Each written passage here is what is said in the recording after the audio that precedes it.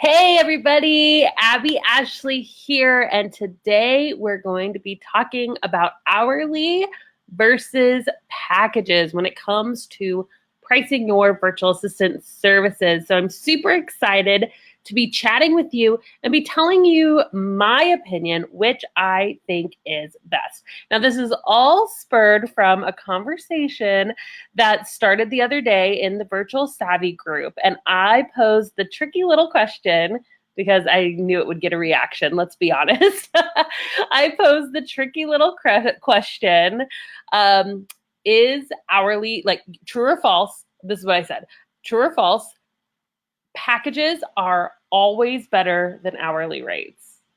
And oh my goodness, I think we had over 100 comments of you guys talking back and forth. We kept it civil because, we show respect in our Savvies group, right? But we went back and forth talking about if packages are always better than hourly rates. And it was so interesting to get everyone's opinions, people who are new to the VA world, people who have been doing this a long time, and just the different opinions that you all have. So I thought I would jump on live here today and give you my opinion on which I think is best. So for everybody watching live, give me a shout out. Let me know that you're here. I know we already had some comments even below of people saying, kind of their different opinions. And so I would love, even before we jump in, if you have an opinion, packages versus hourly, kind of what you think so far, and go ahead and put that in the comments below if you're watching live. Now, I do want to start out to kind of tell you guys a little bit. If you don't know me, I'll just give you a quick introduction. Most of you probably do, but my name's Abbi Ashley, and I'm the founder of the Virtual Savvy. So I help people become virtual assistants. It is my absolute passion. I love it because I truly believe that virtual assistance is the fastest way to make money online. It's the way that I was able to replace my full-time income was with virtual assistants. It is the way that I have trained thousands of other people to make money online. And if virtual assistants has changed your life in any way, give a little whoop whoop in the comments or some hearts. Give me some love because I know that it has been such a game changer for me, for my family, and for thousands of other people that I've interacted with over the past few years that I've been training. Now, if you are just getting started, let me give you this little, I didn't type this in ahead of time. If you are just getting started in your business, go to thevirtualsavvy.com/checklist.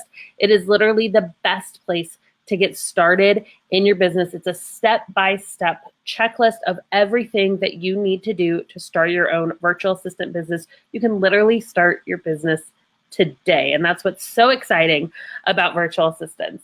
All right, are you guys ready? Let's jump right in and let's chat about packages versus hourly pricing. Brandy, my girl Brandy here in the 417 in Springfield says both depending on the work, smiley face. Pamela says, yep, packages are my preference, but only if I'm sure what the full scope of work. Otherwise, I could end up making $4 an hour. Not good. I've been actually thinking a lot about this. Catherine says, perfect timing. Okay, and Musically says she's been thinking about giving up virtual assistants. So we need to chat a little bit about that. I'll do a little Q&A time at the end if you guys want as well. And Debbie says, just trying to get my business started, and pricing is a big question mark for me. So let's go into, I wanted to get a little bit of you all's opinion. We have some back and forth. Some people are like, I am team hourly. Some people say I am #team packages. And so I'm going to share a little bit of the benefit of both and then give you my opinion about where we land. So let's start out with the benefits of hourly. So normally, whenever I talk to people about starting their virtual assistant business, most people, if you're like me, didn't even know what a virtual assistant was when they started. That's where I was at. And I tend to talk to a lot of like newbies in the online space who really are just finding out like, oh, I could make money at home as a virtual assistant. And when you are brand new to the online world, let's be honest, we don't know how long things are going to take. You can say, okay, I'll write a blog post for someone. How long is that going to take? They want it to be 500 words. That should take me like 20 minutes, right? Well, usually no. Usually something like that is going to, take more time. Could take an hour, could take 2 hours if there's a lot of research involved. So we don't know that usually in the beginning. We don't know how long it's going to take on our end, things like that. And so my suggestion when people are just very, very first starting out, my team packages may not love this, is to start with an hourly rate. And let's be honest, in the back of our head, we all should have an hourly rate for ourselves. For the different projects that we do, for what we feel like our time is worth, depending on your experience. We all kind of have an hourly rate in our head, because even if you're doing a package, right? So let's say you're going to build a website. That's something that you do. And you believe that this website is going to take you, let's say that this website is going to take you 10 hours to complete, okay? In the back of your head, if you're pricing, okay, how much should I charge for this? You know at least a base level. So if you've been doing websites and you maybe don't go below $50 an hour for that for normally for your time, and you know that in the back of your head, then okay, if this is going to take me 10 hours, I know I don't want to price this below $500, because that would be going over your internal hourly rate, right? Excuse me. So most of us, and I mean, obviously we can go up from there, because that's a great thing about packages, is that you can price above and beyond for your hourly rate. You're not penalized for charging less. We'll get into packages and some of the benefits of packaging here in a little bit. But internally, don't we all kind of know our hourly rate? Don't we kind of know at least an hourly rate that we're not willing to go below? And I think that that's what's important here when it comes to hourly, is that we all kind of know that internal number, okay? Now, when you're first starting out in your business, I normally do recommend starting out with an hourly rate somewhere in like the $20 to $30 an hour range, if you're US based and you're doing general admin skills. And there's a couple different reasons for that. We've talked in the past about, how to choose an hourly rate. There's information on the Virtual Savvy blog about that, and why you should choose your rate. But the reason I recommend that is so you can just learn, right? Every single step of this business is us learning more and more about the business, about the work, about ourselves, about clients, okay? And so when you're in those learning stages, it's really good to have an hourly rate. That way okay, I know that if I'm going to do this project, like someone else said, I'm not going to get paid $4 an hour for it. I know that, that I'm going to get paid for the time that I put in, because a lot of times it's hard to know when you're first starting out. Now, it may be a discussion to have with your client of if you're brand new, if it's something they're taking over for them, maybe ask them, like, how long does this normally take you to do? And if it takes them 2 hours, then if you're just starting out, it probably will take you closer to 3 or so. You know what I mean? Like we overestimate our time. I think that that's always just a good practice to it's what that whole under promise, over deliver. So if we're overestimating our time, then our clients aren't going to be disappointed. So I know that that's a tricky thing. Now, I will also note that even in the hourly vein, we've been talking about the benefits of hourly and how I believe we all kind of have an hourly rate in our head. At the same time, I really believe that packages are important within your hourly rate. So how many of you guys in the comments below, and I know you guys are all chatting about, and so I'm going to jump down to the comments real quick, but how many of you guys currently do maybe an hourly rate that you've put into packages? So maybe you sell a 10-hour package, so a 10-hour retainer for $300 a month, and then you do like a 10, a 20, a 40-hour per month, something like that. So that's something that I definitely do recommend, because Even if you have an hourly rate, if that's how you're going to start out, I love the idea of at least coming up with packages of those hours so that somebody's paying you up front for a set of hours that you'll use and then renew every single month. I think that that's a great way to do hourly in a package format. So some of you guys probably have examples. If you have examples, if you have examples of your site, put them in the comments. I'd love to see them. So we will take our hourly rate and we'll put them into these different packages, right? And so I think that that's a really great way to go about your hourly rate, again, especially when you're first starting out. So I'm going to talk about the benefits of packages in just a minute, but let's just see, because I've been, haven't really looking.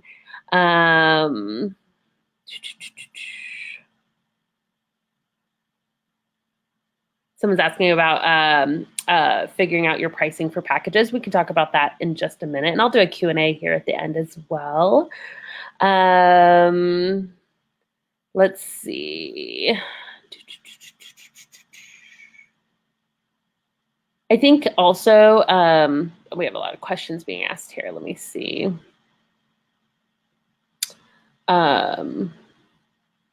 If our ultimate goal is to become an online business manager, do we still need to start out with an hourly rate? I think that hourly rates are good to start with almost everyone, unless if you have a package, a package service, and I'll talk about that in just a second. Let's see. I have an hourly rate which is higher than the breakdown of my package hourly rates. Awesome. We have Lavana who says, what is a retainer? So a retainer would be that when your person signs your contract, you say, I'm going to sell you this package of hours. So I'm going to sell you 10 hours for $300, okay? And that's to be used in the month of August.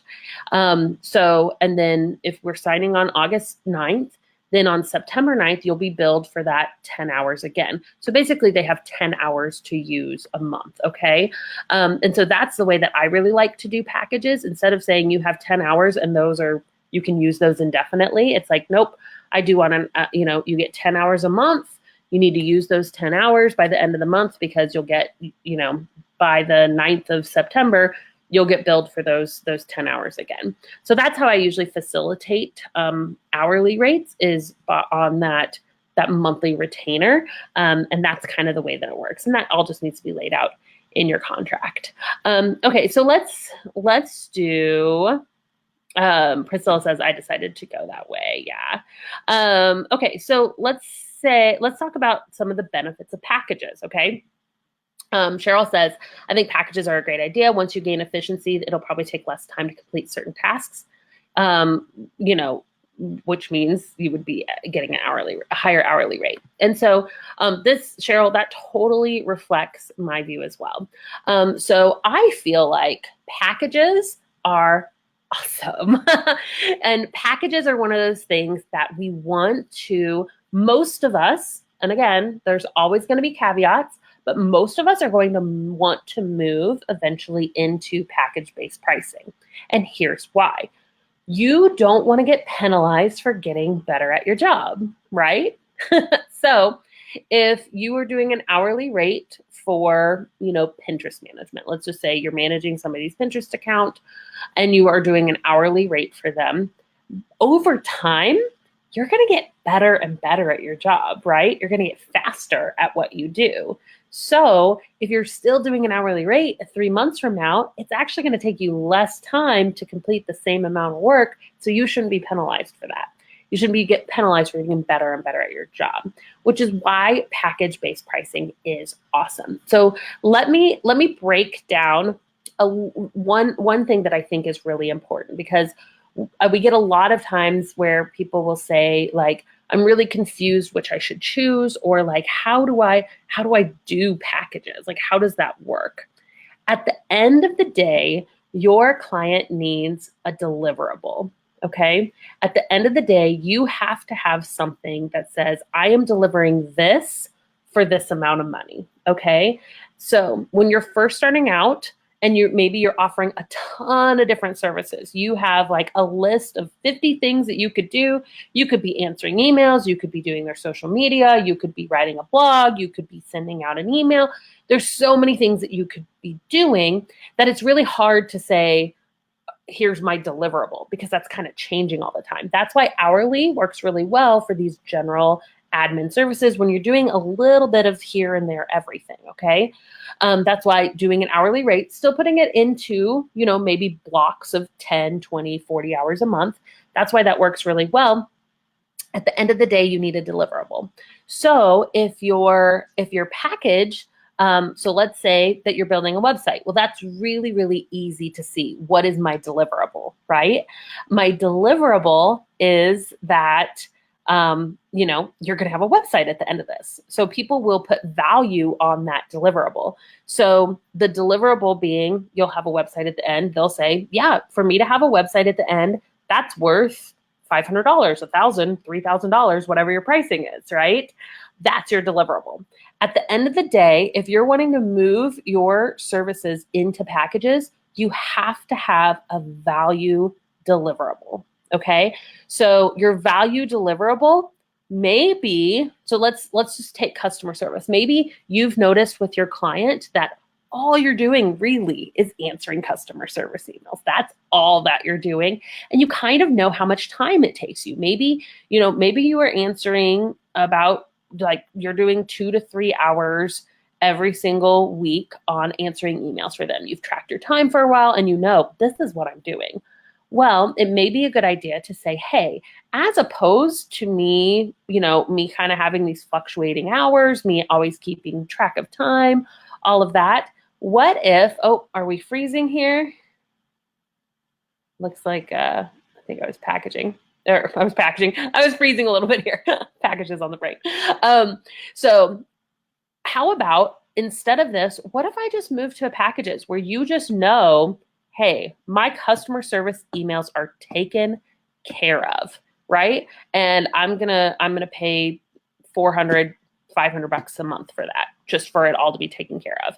Now, for you, if you switch to something like that, it would probably be good to every once in a while. Maybe we do a time study every quarter. So every quarter for 1 week, even everybody on my team who's on package-based pricing, once a quarter, we'll track our hours for 1 week just to make sure, are we really still staying true to our hourly rate? I want people to be paid fair. You want to be paid fairly. So even if you do packages, I think it's a really good idea once a quarter to do a 1 week time study, just to say, hey, I'm going to keep track of all of my hours, all of my time, really carefully this 1 week every quarter. And that way you can still make sure that you're being paid a fair hourly rate, something that is up to your standard. At that point, if you're realizing, whoa, I'm spending way more time than I should be on this stuff, it may be time to raise your rates, right? So does that make sense about the value deliverable? So I think a lot of times people are like, I want to do general admin services, but I want to package them. Well, other than doing, just a bunch of hourly packages, you may have to get really creative. Now, I've seen where people will say, I'll be like your unlimited VA, like I'll be your full-time VA for this certain amount of money. And if you do that, again, you have to know in the back of your head, what's your hourly rate, how many hours you're really going to be putting in to realize if it's worth it. So I've known a few people to do that method. I'm not opposed to it, but you're going to have to know, okay, is this going to break down in the packages versus hourly? So let me just go, let me just give my overall, if I were to put my stamp on packages versus hourly, what is Abbi Ashley, the virtual savvy? What is my stance? What is my opinion? And then we'll do some Q&A, okay? So at the end of the day, my opinion on hourly versus packages, you're going to love this, is both. At the end of the day, I believe that you have to do what's right for your business. I believe that hourly rates are an amazing way to start your business. You don't know how long things are going to take you, so start out with an hourly rate. Sell some packages of hourly rates, right? So again, even with hourly, you kind of have packages on the brain. You should put those hourly rates into 10, 20, 40 hour a week or a month packages for your clients to buy on a retainer basis, right? But when it comes to packages, guys, I love packages. I love the idea of you being paid for your deliverable and not for how many hours you spent. If you get better at your job, don't be penalized. Come up with a package. Say, this is what you're getting at the end of the day. This is the deliverable. This is the value. This is the ROI for working with me. And that's your package. However, the caveat again is that even with packages, guys, we always have an hourly rate in the back of our head because we need to know I'm spending this much time doing something and it's worth this amount of money. And that hourly rate may be really high, and that's great. If you start Pinterest management and eventually it takes you 15 minutes a day and you're charging $600 a month for that, all the better, right? You just have a higher hourly rate. That's awesome. But we still kind of need to know that in the back of our head, which is why I think it's good to do a time study once a quarter where you just track your time for both weeks. So when it comes to team packages or team hours, Abby Ashley is team both, team packages and hours. And I hope that this was helpful for you. Now, I'd love to jump into a little bit of Q&A.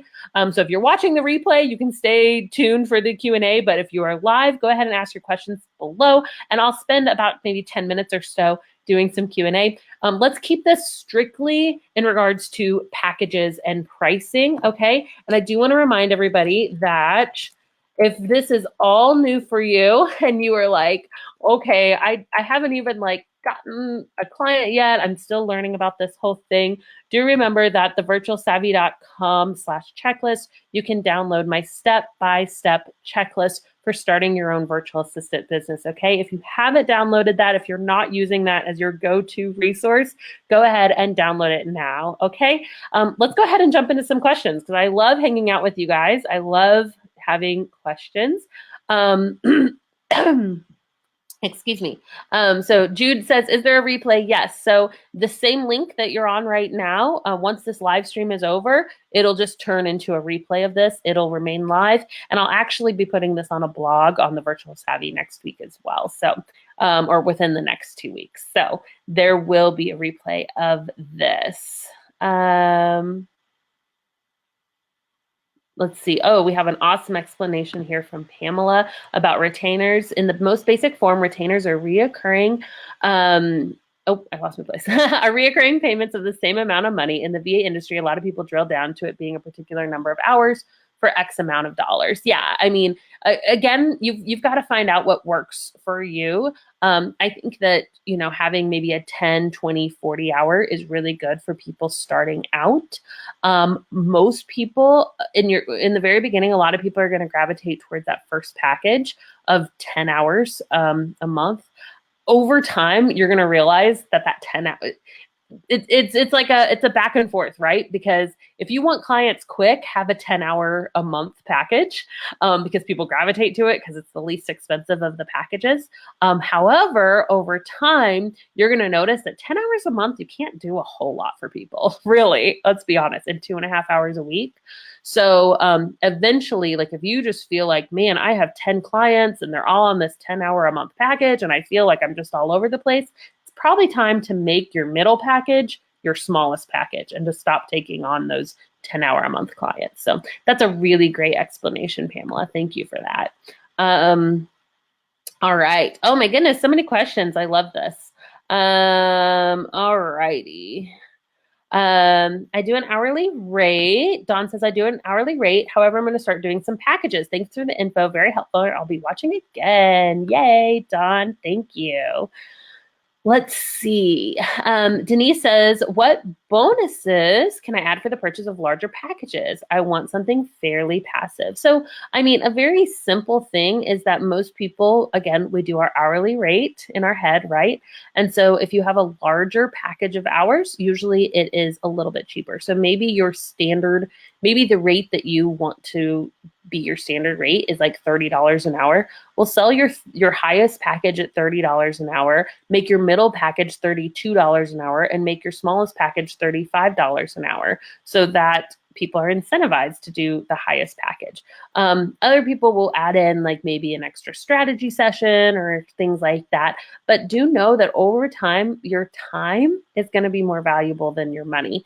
As the business continues to grow, your time gets more and more valuable. So that may be something that you want to do in the beginning, is something like an extra strategy session. But over time, you'll probably want to just do a monetary incentive. I say the same thing for referrals. Like, I love the idea of having a referral incentive. So tell your clients, hey, if you refer me to somebody else and they sign on after they pay their first invoice, I will give you blank. In the beginning, that may be like a free hour or two, or 5 or whatever. But eventually it may be better to do like a $50 credit or a $25 gift card or something like that, because eventually your time is going to be more valuable than your money. Let's see. Phyllis says, do you suggest month-to-month package retainers or to lock them in for 3 to 6 months at a time? So I love the idea of signing in for 3 to 6 months. However, what I like to do, and I think that this is a really good way to like nail the sale, right? To make sure that people go with you. I like to give people kind of a 30-day trial basis. Like, let's go ahead and pay for 30 days.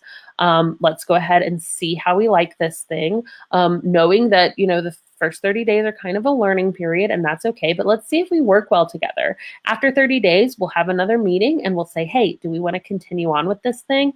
And then at that point is when you would lock them into a 3 or 6 month retainer. So I think that that's a great idea. Let's see. There will be a replay. Don't worry, Holly. This video will turn into a replay. Stephanie says, how do you transition your current clients to new pricing, hourly to package? I love this question. So with your current clients, you want to make sure that you're taking care of your current clients, right? I think that that's really important. And there's always that, there's always the potential when you're raising prices or you're moving to more packages. Let's be honest, there's always the potential of losing a client. I mean, that's just a reality that we face, especially if the package means that you're essentially raising your rates. So I usually try to keep people on the same rates for like 4 to 6 months. And some people are different. Some people maybe go down to 3. What I don't like happening is saying, here, my rate is $30 an hour. And then 30 days later, you're like, oh, now it's 35. 30 days later, you're like, oh, now it's 40. Of course, you should be raising your rates. Raise your rates all the time, people, but be raising them for new clients coming in. I usually try to lock in rates.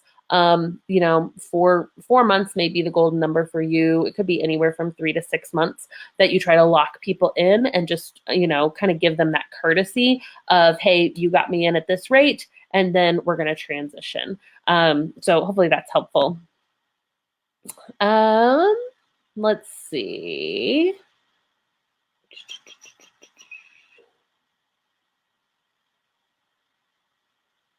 Dora Lynn says, sorry, I'm trying to scroll through. I'm probably missing some of these, but hopefully I'll get to everybody's. I use Toggle.com, a free app to track my time, which really helps me know how much time. I love Toggle so much. And even if you do packages, guys, again, use Toggle once a quarter, just to make sure that you're really doing yourself a service with your packages and that you're not hurting yourself. Joe says, do most people offer a menu type proposal when using packages where clients can select the items they want? This is really interesting. One of my friends, a VA boot camper, did something like this. So normally, there's no normal. You do what's right for you, right? But what I've seen most often is kind of 2 different types of pricing. People will say, hey, here's all the things that I can do. And it's a list of services and you sell packages of hours. And then the other type would be package based in the sense of here's a deliverable. So, I will manage your Pinterest account, grow it, send you, reports on managing your Pinterest. I'll join this many group boards and do this many pins. Those are your deliverables, right? And you'll say, I will do that for, $400 a month or whatever. I'll have a website. That's your deliverable. I'll do it for this much money. Now, I have worked with one client before, and I really enjoyed the way that we did this. She was working with construction companies specifically, and she knew the things that normally needed to be done. And so what she did was a list of services, and this was a way to kind of do packages where she wouldn't have to keep track of her hours all the time. So she said, here's like the 10 things that normally need done. And so she's like, if you choose package A, I would cover 2 of these things or 3 of these things. Let's say 3. If you do package A, I'll cover up to 3 of this list of things. So maybe I'll answer your emails, I'll do your invoices, and I'll file something that needs to be filed.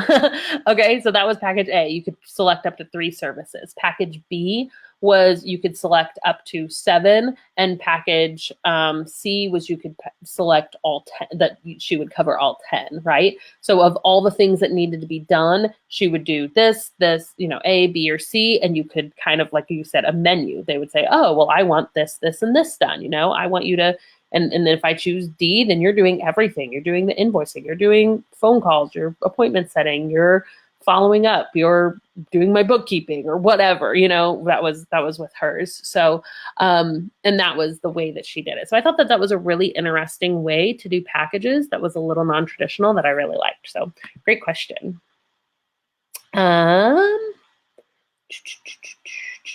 Newbie, would you ever do weekly packages? Really interesting.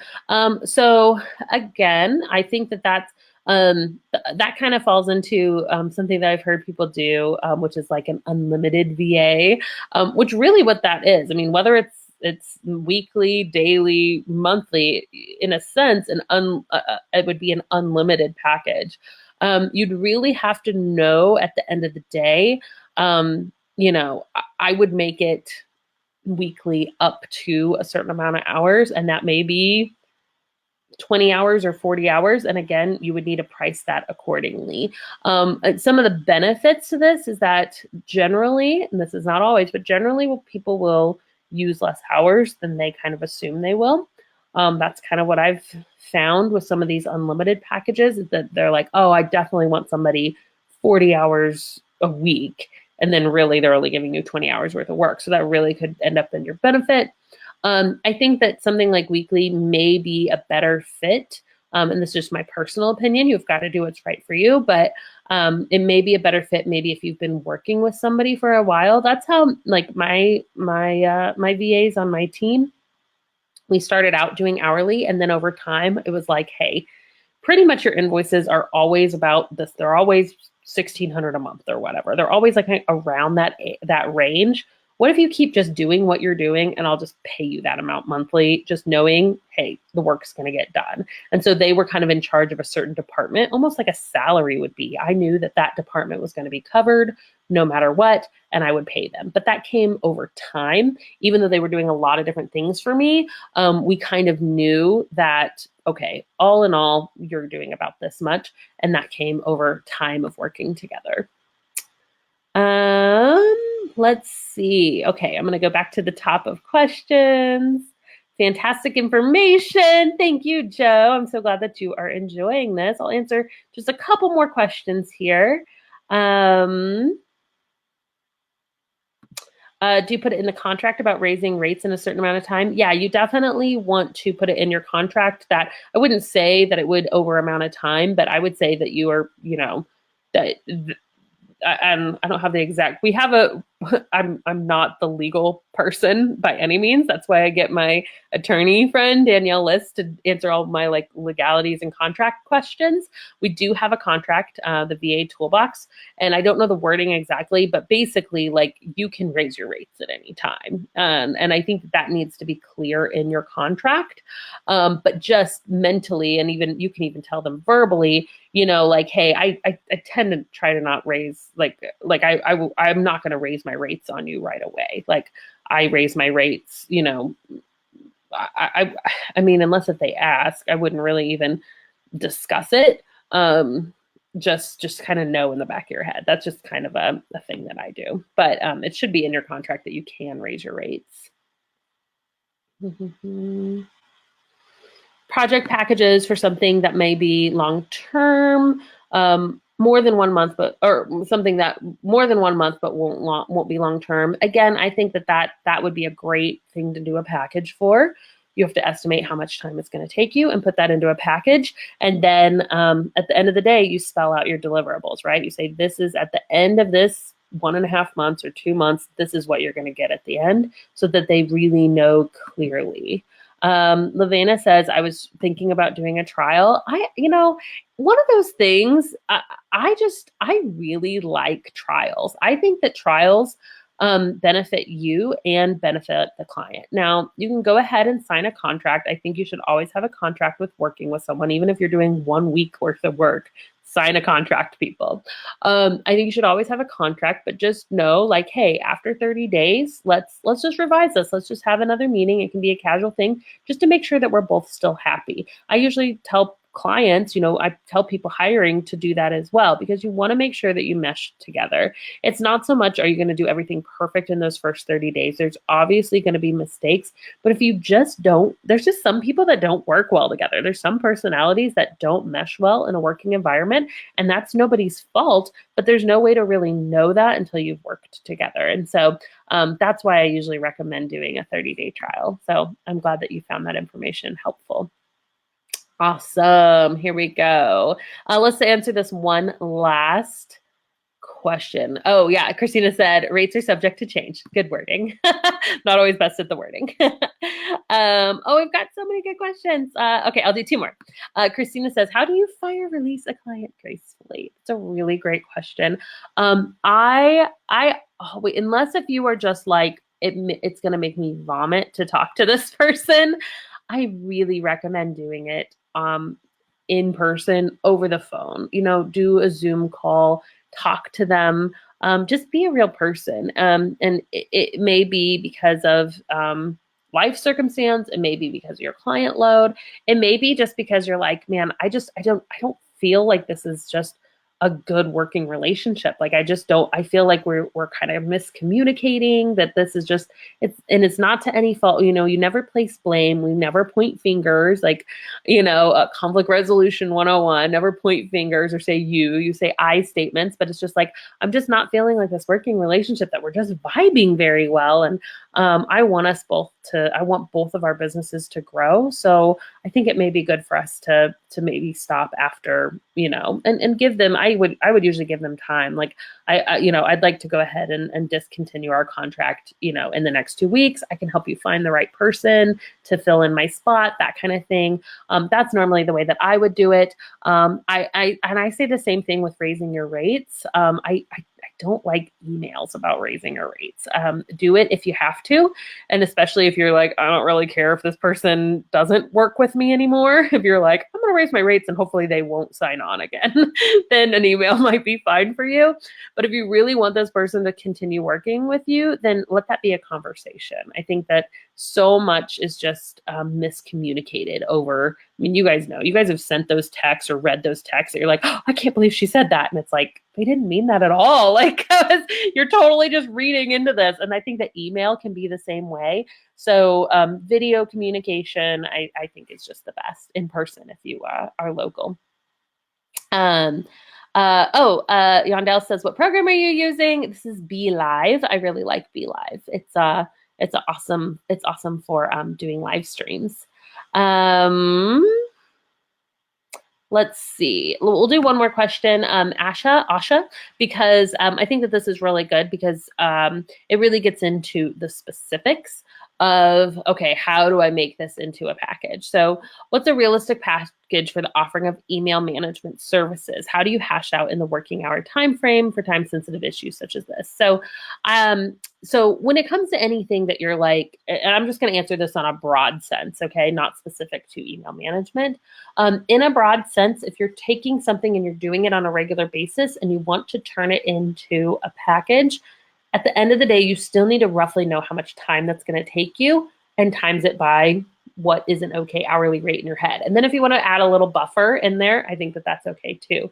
So if you've already been managing somebody's email and you spend an hour a day doing email and your hourly rate is, $25 an hour, then you'd want to be doing about like, if you're doing that 5 days a week, that's about $125 a week.